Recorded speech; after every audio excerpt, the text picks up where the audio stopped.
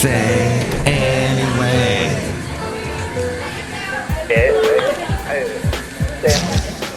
Mike's Daily Podcast. Episode 2186, and Mike Matthews. Welcome to the show that I think is called Mike's Daily Podcast. And it's Thursday, and we've got, let's see, stuff to talk about. Yes, it's been rough for some of you this week.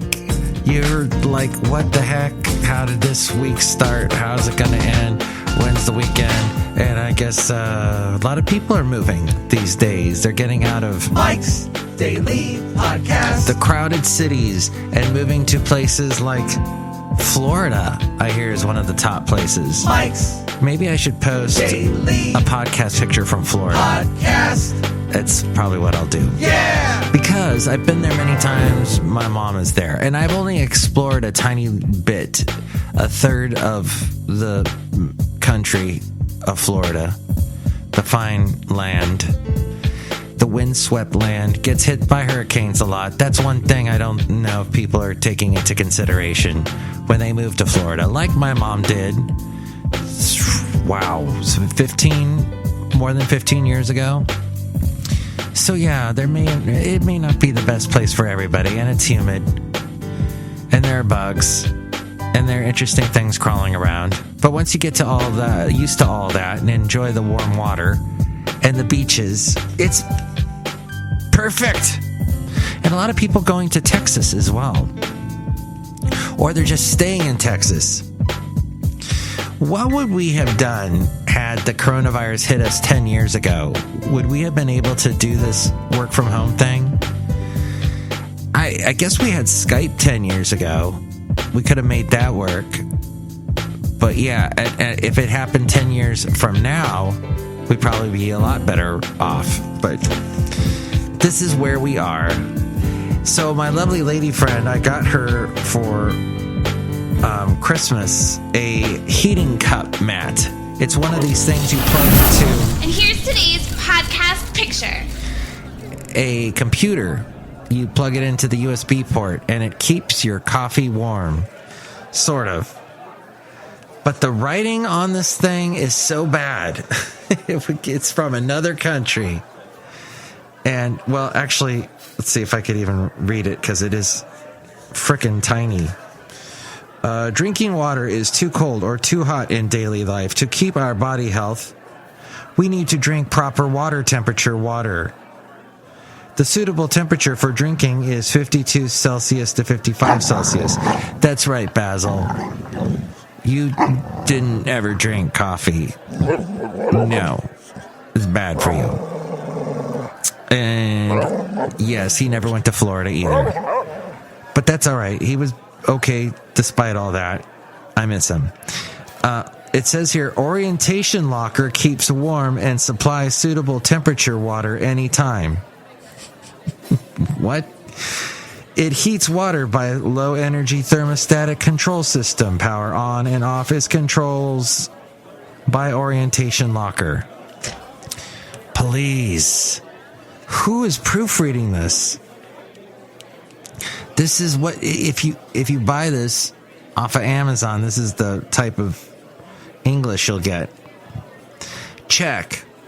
Put it on a flat surface. Power on. Press space by your hand to check power on and off. Power indicator shows power and working status. Keep warm. Cup should be cleaned before heating and fill water. Put a cup in the circle position of panel. The gravity switch is switched on and indicator lights up. It starts to keep warm status. Turn off. Take the cup away. The gravity switch turns off the power. The product stops heating. Okay, now the English is getting a little bit better. But yeah, it's true. It uses like a gravity sensor to tell if there's a cup on it or not. That way you don't have to keep plugging and unplugging the device. And then to wrap that all up, I'd like to say a dose of adversity is often as needful as a dose of medicine. Yes, forget about the spoonful of sugar. It's a dose of adversity. So I'm watching yesterday the show I was telling you about last podcast, the Surviving Death podcast.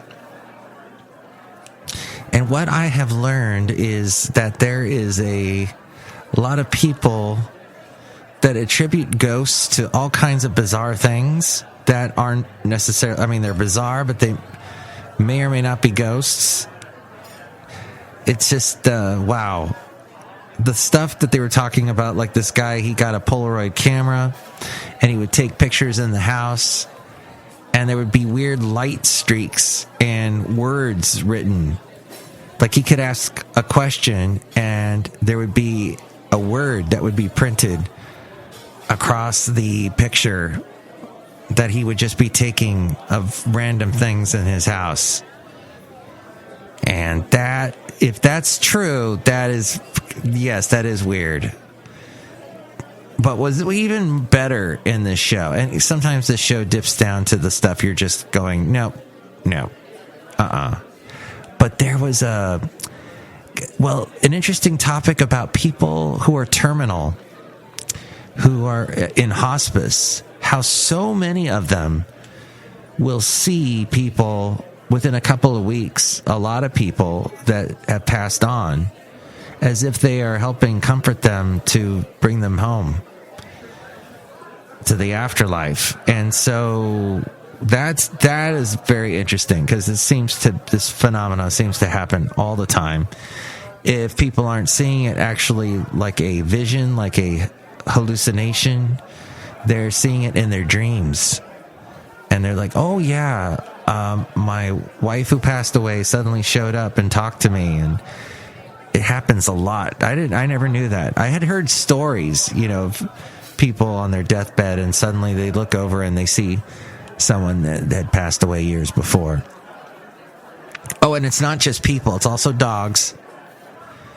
I don't know about cats, but definitely dogs. So it's interesting. But yes, you have to have a little bit of patience when you watch the show, because you have to sit through a lot of people you're like, they're just a little bit, I don't know about that part.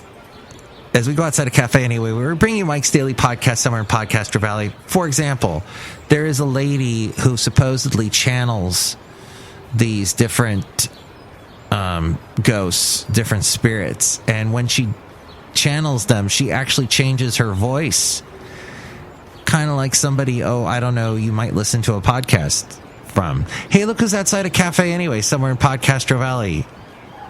Hi, Mike, it's Benita the Rodeo Queen. How y'all doing? It's a Disgruntled Fiddle Player. Tell you what? Whatever happened to Terry Clark? Terry Clark, I've got better things to do. I was discussing this with Ken, who hosts the podcast The Mornings with Maria, and apparently he once lived near Terry Clark's mom. Terry Clark, I met her years ago, and I know I recorded this interview on cassette. It's going to take me a long time to dig through everything to find it. But yes, I interviewed her when she first came out. She didn't have any hit songs yet. She had a couple hit songs on country radio in the 90s. Just so you know. And she was like a cowboy hat wearing woman, which looked different with a lot of the country singers at the time. They weren't that were female, were not wearing cowboy hats in the early 90s. A lot of them, like Martine McBride, no cowboy hat. Shania Twain, Faith Hill, but you had Terry Clark put on a cowboy hat and looked total cowgirl, rather. Where am I going with? Oh, Disgruntled Fiddle Player, thank you. Oh, look who else is here. Hello, Mike. I make the delicious root beer house right now. Thank you. Yes, I guess we're completely out of the eggnog root beer, which is good, and the Coquito root beer. The model and spouse to Justin Bieber said that she is working with a therapist to help her deal with online harassment and gossip. So you want to be popular, you want to be a popular podcaster or be popular on the internet with your social media. She says, I have had a lot of this, I've had to work a lot of this through with a therapist because it had got to a point where the trolls had gotten way too crazy for me and I was really anxious all the time. She's 24, by the way. The thing that bothers me the most is that a lot of people online really want me to be a not nice person. You've never even met me in person. You don't know me. Much of the negative attention stems from her marriage to one of the big pop stars of the moment. Actually, he's been kind of a big pop star for a couple of years now. And let's see, as the article notes, this is an article from the Evening Standard newspaper. Bieber was recently targeted by a fan of her husband's ex-girlfriend, Selena Gomez, prompting him to speak out against those who bully the person I love the most in the world. There you go. That's the tough life that they lead. Hey, something to consider, that we can't afford to wait for COVID-19 vaccines to be rolled out. I know that for a fact. I was talking to my mom yesterday in Florida, and she said it is taking forever. She was going to, being a senior, being someone over 65, she was expecting to get a vaccine shot, and they told her to wait outside of this area in Daytona Beach, and she drove up, and she got there fairly early, and there was a huge line. She said it looked like it was 1.5 miles long, and people had spent the night there waiting to get the vaccine. It's, as you know, a mess. It's been a bit of a mess doing the whole rollout. So here's what we can do to curb the virus right now. This is from Time Magazine. We need to get every American a high filtration mask. This is who said this eventually?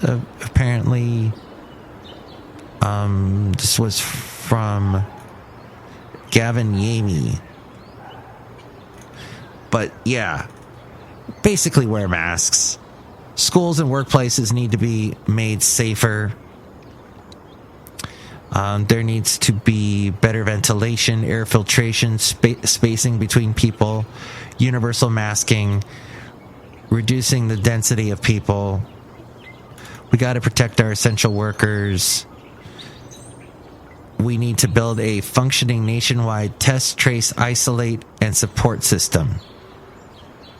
Which is interesting because they were trying to push an app on me about a month ago that would do that sort of contact tracing thing, and it's hard to jump that huge gap, that huge chasm, to say, hey, yeah, I trust somebody looking at all my information all the time that I don't know. I mean, we do that already with Google and all these other things, Facebook, but you're having another person do it? It's weird. But it would apparently help things. In countries where they have done it, it has helped a lot. And this article also says the U.S. needs a circuit breaker to break the chains of transmission. That is a short-time national stay-at-home order. Yeah, good luck with that.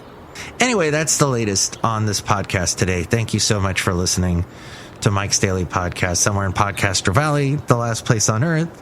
Next show, it'll be the wonderful Madame Rootabega, Valentino, and Bison Bentley. Be safe out there. Good luck. Wear your mask. Be happy. Do things that make you happy. It can't be that bad. Don't watch scary Netflix documentaries about the afterlife that are just going to depress you. Although it's fascinating to me for some weird reason.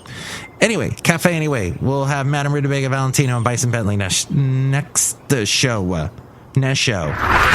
Mike's Daily Podcast is written and produced and performed by Mike Matthews. His podcast is super easy to find. Download or listen to his show and read his blog at MikesDailyPodcast.com. Email Mike now at MikesDailyPodcast@gmail.com. See you tomorrow. Bye!